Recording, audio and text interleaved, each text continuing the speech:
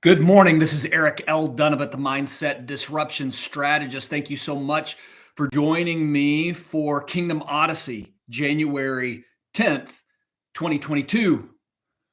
Been an interesting week, especially when we look back on last week and reflect back a year ago. A lot. One of the things that I always find is when we start talking about politics, everybody's got an opinion, right? You get on each side, but you've got what happened on January 6th inside of the Capitol, and there's been reactions on both sides of this, right? And this is not about politics. So put your politics down and listen to me for a minute. I've been reading some stuff inside of Jeremiah that just has been like blowing my mind. Because what is interesting when you look at Jeremiah, what it talks about, if you follow it through, is this idea of, God's people not obeying his word, not following what he says, and then getting the Babylonia coming in, and then they try to escape to Egypt.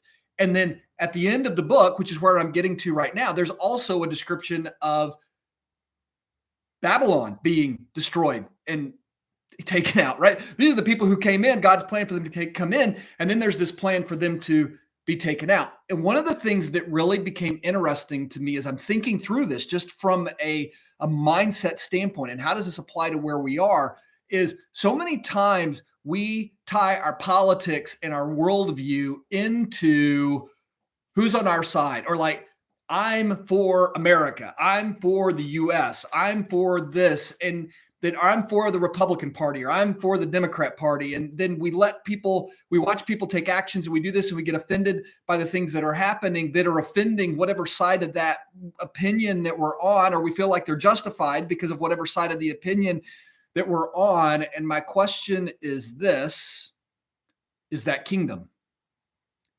Is that part of what God's kingdom plan is? Because today's topic is about this idea of three critical questions I think we all need to be asking. And here's where this came from. I was in Jeremiah 50, and I'm going to read 35, 36. This was: a sword against the Babylonians, declares the Lord, against those who live in Babylon, and against her officials and wise men. A sword against her false prophets, they will become fools. A sword against her warriors, they will be filled with terror. And one of the things that keeps coming to me when I look at the word sword, and this has come up a few times in my Bible study and things like that, is reflecting on the right that God says through Paul in Ephesians that the sword is his word, right? So his word, read this again, his word coming against the Babylonians, his word coming against those who live in Babylon, his word coming against the false prophets. They will become fools. His word against his warriors. And it really kind of led me to this question of, when I look at the world, am I looking at it through a kingdom mindset and through the lens of his word and where he's moving and acting in the world? Or am I doing it through the mindset of the world that's around me, or the world that I want to see through the lenses that I have? And this is going to be a hard question for a lot of people, but what if during your lifetime, God's plan was that the U.S. wasn't the U.S.? Would you still be loyal to the kingdom, or would your heart be broken over? And again, don't take this the wrong way, because I am for the U.S., but I am first and foremost for God's kingdom. God's kingdom, number one. And then whatever else he's got planned, that I want to be about that. But I think sometimes we run into this idea of American exceptionalism that we actually elevate above God's kingdom. Or we run into this piece of like, America does all this rotten stuff and tries to control the rest of the world. I'm trying to play both sides of this, right? And we put that, in our opinion, above God's kingdom.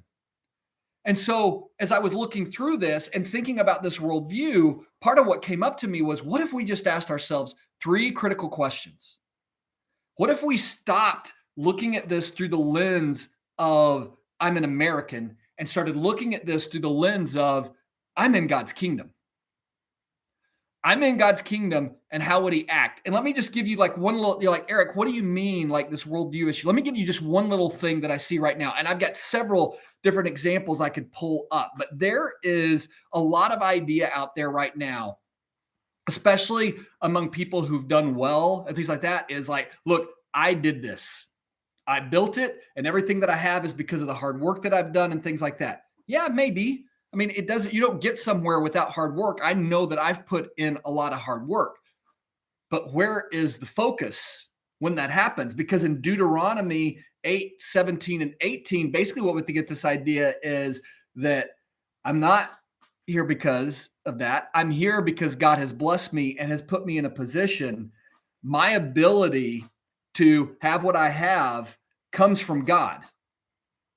Now, do I have to put in the hard work? Do I have to do the things? Certainly I do.